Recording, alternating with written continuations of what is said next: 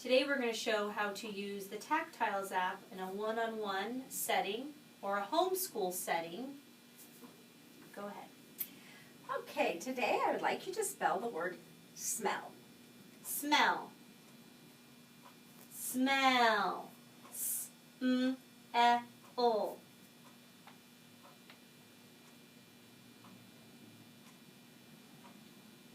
And I have to add another one. Good thinking. All right. And I would like you to change smell to swell. Swell. Swell. S-W-E-L.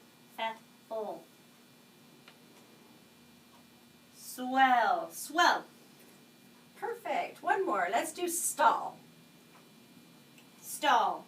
Stall. St-all.